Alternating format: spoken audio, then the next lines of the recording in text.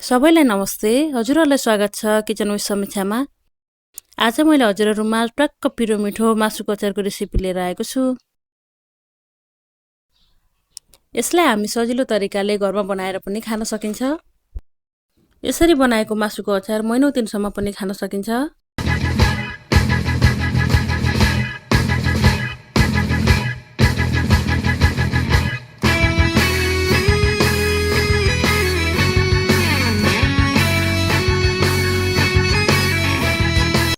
मैले यहाँ अचार बनाउनको लागि कुखुराको मासु, जिरा, धनिया, लामो गरी काटेको लसुन, अदुवा, तोरी, कागतीको रस, तोरीको तेल, सौफ, नुन, बेसार, मेथी, धुलो खुर्सानी, टिमुर लिएको छु।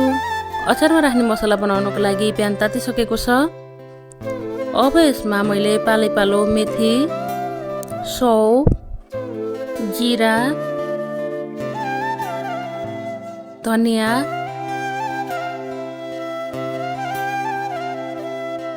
टिमुर राखेँ।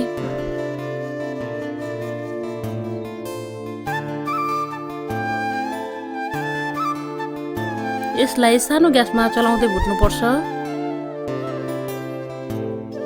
अब भने मसला भुटिसकेको छ। मैले मसलालाई ओखलमा खनाएँ। अब यसलाई मैले पिस्दैछु। मसला धेरै मसिनो पनि हुनु हुँदैन र अलि खर्सो खर्सो बनाएर पिस्नुपर्छ। मसला पिसेर तयार भइसकेको छ। मसलालाई एउटा भाँडामा खनाएँ। यता प्यानमा तेल तातिसकेको छ। अब मैले मासुलाई तेलमा राखेर फ्राई गर्दैछु।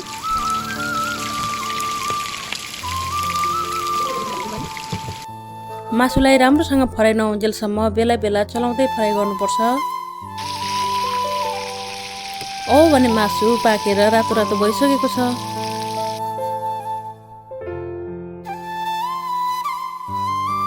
फ्राई भइसकेको मासुलाई एउटा भाँडामा निकाल्दैछु।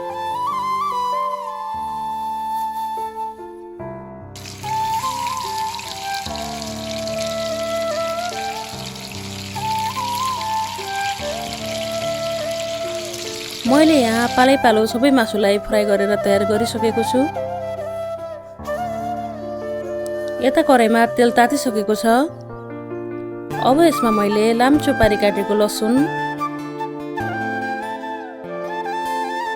थोरै अदुवा राखेँ।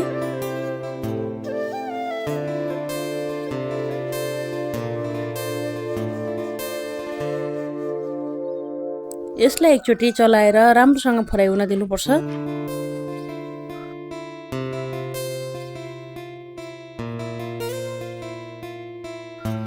भने लसुन अदुवा फ्राई भइसकेको छ। यतिको फ्राई भइसकेपछि यसमा बेसार, रातो धुलो खुर्सानी, अघि भुटेर पिसेको मसलाको धुलो, स्वाद अनुसारको नुन राखेर राम्रोसँग चलाउने।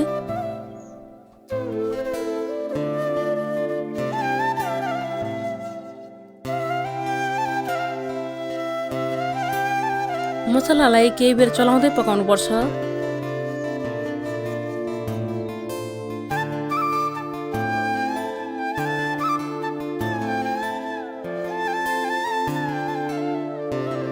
मसला यतिको भएपछि अघि फ्राई गरेर राखेको मासुलाई राख्ने।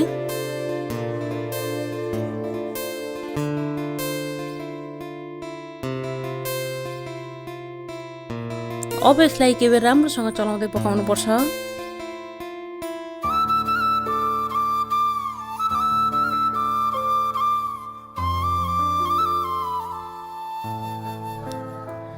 मैले 3-4 मिनेट जति पकाइसकेको छु। भने अचार पाकिसकेको छ।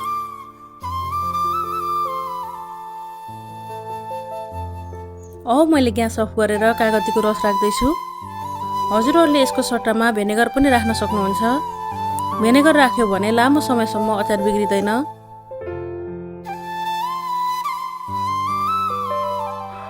भने अचार खानको लागि तयार भइसकेको छ। हेर्नुस् त कस्तो हेर्दै खाउखा लाग्ने देखिएको छ।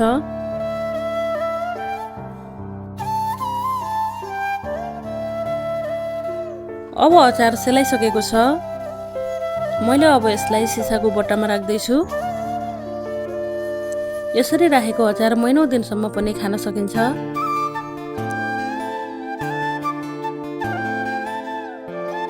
हजुरहरूलाई हाम्रो भिडियो कस्तो लाग्यो? मन पर्यो भने लाइक, शेयर अनि सब्स्क्राइब गर्न नभुल्नु होला।